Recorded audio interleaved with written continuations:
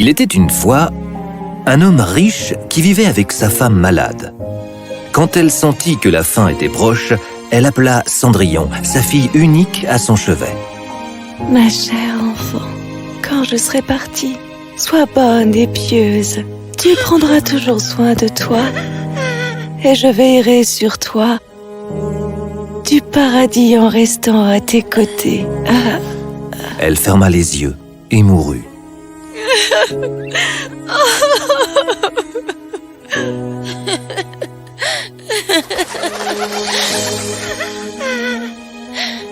La jeune fille allait chaque jour pleurer sur la tombe de sa mère. Le père de Cendrillon voyageait beaucoup pour le travail. Il décida un jour de se remarier pour que quelqu'un puisse s'occuper de Cendrillon. Il épousa une veuve qui avait aussi 2 filles. Cendrillon vécut alors avec sa méchante belle-mère et ses 2 vilaines filles. Elle traitait Cendrillon vraiment très mal. Elle grandit en étant leur servante, à faire toutes les corvées de la maison. Un jour, Cendrillon balayait le sol. Ses 2 sœurs étaient assises sur le sofa à manger des fruits avec gourmandise. Après avoir mangé, l'une des sœurs jeta les pelures au sol. La belle-mère entra dans la pièce et remarqua le sol tout sale. « Cendrillon, nettoie bien le sol, espèce de fainéante. Tu ne sais donc rien faire correctement ?» « Oui, mère, je m'en occupe, désolée. » Cendrillon devait aussi cuisiner et faire la vaisselle. Est-ce que je peux manger, maman? Tu pourras manger les restes après qu'on ait fini. Cendrillon ramassa toute la vaisselle et la nettoya. On la faisait dormir dans le grenier. Toutes les nuits, elle se couchait en pleurant et avec le ventre vide. Observant souvent Cendrillon, les petits rats et les oiseaux se sentaient mal pour elle et ils devinrent ses amis. Un jour, le roi décida d'organiser une grande fête et invita tous les gens de la ville. Le roi voulait que son fils se choisisse une jolie jeune fille pour l'épouser. Peuple du royaume, j'ai un message du roi.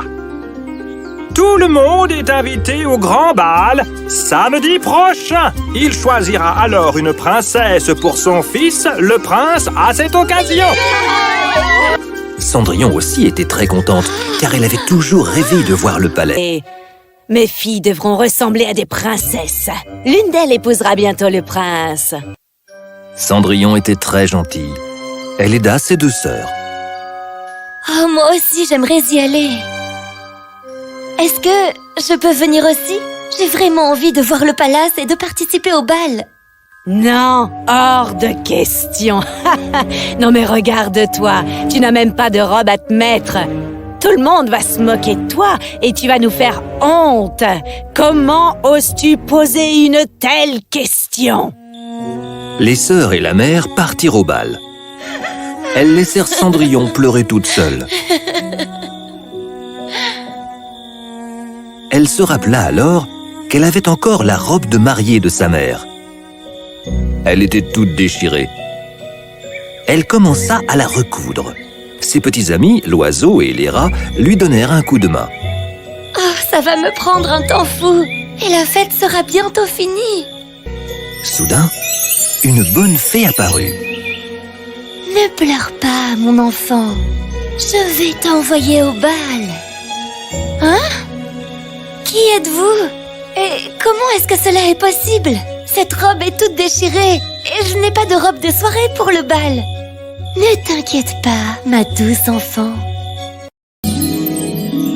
Les vieux haillons de Cendrillon se transformèrent en une magnifique robe de soirée et à ses pieds apparurent des chaussures de verre.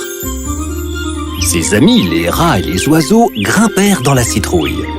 Transforma la citrouille en un fabuleux carrosse. Les rats devinrent des chevaux pour tirer le carrosse et l'oiseau se transforma en cocher. Merci, bonne fée. Vous êtes vraiment gentille.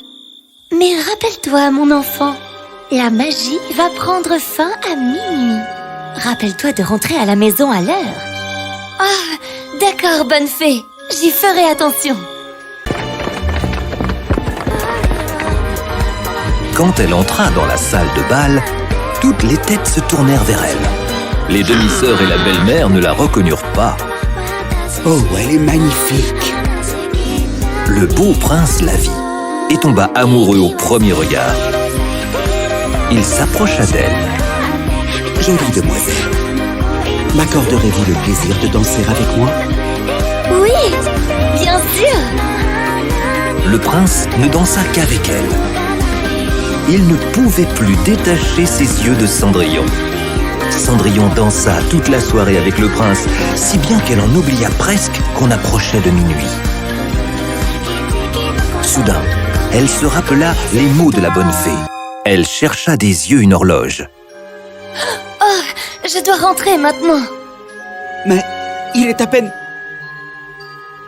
Alors qu'elle courait, une de ses chaussures de verre glissa de son pied. Le prince courut derrière elle, mais elle ne pouvait plus prendre le risque de revenir en arrière pour la ramasser. Elle s'assit rapidement dans le carrosse et s'en alla. Le prince vit alors sa chaussure et la ramassa rapidement. Mais pourquoi s'est-elle enfuie? Il était minuit. En chemin, le carrosse disparut et se retransforma en citrouille. Elle prit un raccourci, courut et arriva enfin à la maison. Le prince avait tellement envie de la revoir qu'il partit à sa recherche avec ses hommes. Ils firent du porte-à-porte. Chaque jeune fille de chaque maison fut invitée à essayer la chaussure, mais elle n'allait à personne. Ils finirent par arriver à la maison de Cendrillon. Faites-les venir, il faut absolument qu'elles essayent cette chaussure. Nous recherchons la jeune fille qui l'a portée hier soir. Oh, l'une de mes filles a sûrement porté cette chaussure. Je vais les appeler. Les sœurs furent invitées à essayer la chaussure. Elles se tordaient dans tous les sens, mais la chaussure ne leur allait pas du tout. S'approchèrent et lui firent essayer la chaussure. La chaussure alla parfaitement aux pieds de Cendrillon. La belle-mère reçut un choc. Non, non, non. Il rentra à cheval au palais avec Cendrillon. Cendrillon et le prince se marièrent et vécurent heureux pour toujours.